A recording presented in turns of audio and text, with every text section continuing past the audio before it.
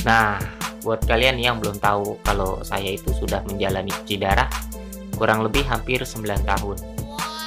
Di dalam perjalanan hidup saya selama cuci darah ini, jadi pada waktu itu di awal tahun pertama saya menjalani cuci darah, saya tuh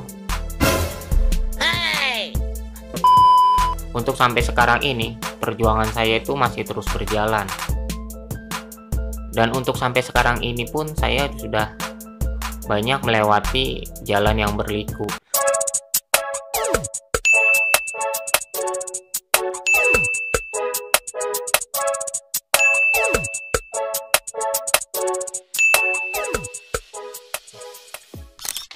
Halo pemirsa, apa kabar? Mudah-mudahan kalian semua dalam keadaan sehat dan baik-baik aja ya. Selamat datang kembali di channel Tommy Sakaria. Masih dengan saya, Tommy. Jadi di video kali ini, saya tuh mau sharing kepada kalian semua mengenai suka duka perjalanan hidup saya selama cuci darah. Nah, buat kalian yang belum tahu kalau saya itu sudah menjalani cuci darah kurang lebih hampir 9 tahun. Di dalam perjalanan hidup saya selama cuci darah ini, saya tuh banyak mendapatkan suka duka dan hikmah yang bisa saya jadikan pelajaran. Saya mengawali cuci darah itu di tahun 2012. Awal saya cuci darah itu di rumah sakit dengan menjalani cuci darah hemodialisa atau biasa disebut dengan HD selama kurang lebih 6 tahun. Dan setelah itu sampai sekarang saya menjalani cuci darah di rumah secara mandiri atau biasa disebut dengan CAPD. Di awal tahun pertama saya menjalani cuci darah itu sangat berat sekali ya. Saya menjalani cuci darah itu dengan biaya sendiri karena waktu itu belum ada BPJS. Jadi ya akhirnya saya menjalani cuci darah jadi tidak rutin. Alhasil kondisi saya pada waktu itu bobrok banget. Badan juga udah pada bengkak-bengkak, sesak napas, gak bisa jalan. Wah, pokoknya pada waktu itu kondisi saya udah gak karu-karuan deh. Nah, ada kejadian nih yang gak pernah saya lupakan. Itu adalah pengalaman yang sangat berharga buat saya. Jadi pada waktu itu di awal tahun pertama saya menjalani cuci darah, saya tuh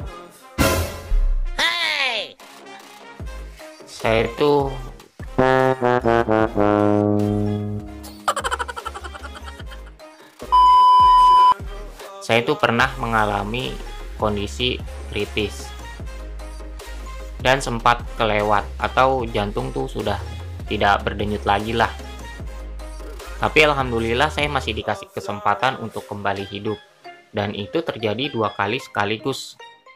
Tetapi karena pertolongan Allah, saya masih dikasih kesempatan untuk hidup kembali dan saya sangat bersyukur akan hal itu.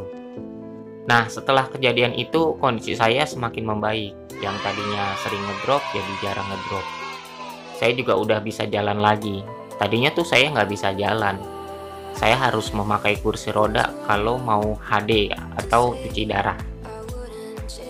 Tapi setelah itu kondisi saya kian membaik dan nggak lama kemudian baru tuh muncul BPJS. Alhasil saya jadi bisa cuci darah secara rutin sampai sekarang ini. Kenangan yang lain yang nggak bisa saya lupakan itu adalah ketika saya lagi bareng sama teman-teman saya sesama pasien. Saya banyak belajar dari mereka semua. Belajar semangatnya, belajar perjuangannya, belajar kesabarannya. Dan saya juga banyak belajar dan mengambil hikmah dari semua kejadian-kejadian yang pernah mereka alami maupun saya sendiri alami.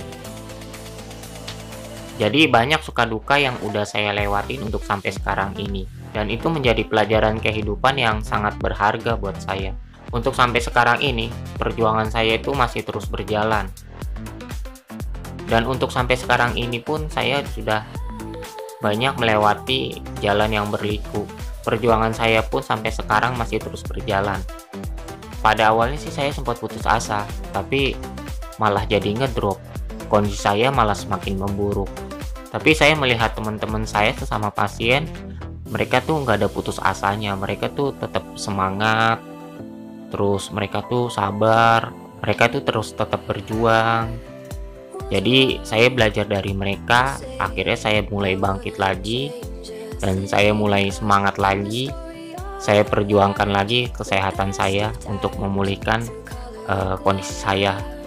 Memang sih kalau kita dikasih penyakit, sakit apapun itu, hal yang utama itu adalah kita harus benahi dulu pikiran kita. Maksudnya kita harus berpikir positive thinking. Kita nggak boleh negative thinking. Kalau kita negative thinking, itu akan mempengaruhi kondisi tubuh kita.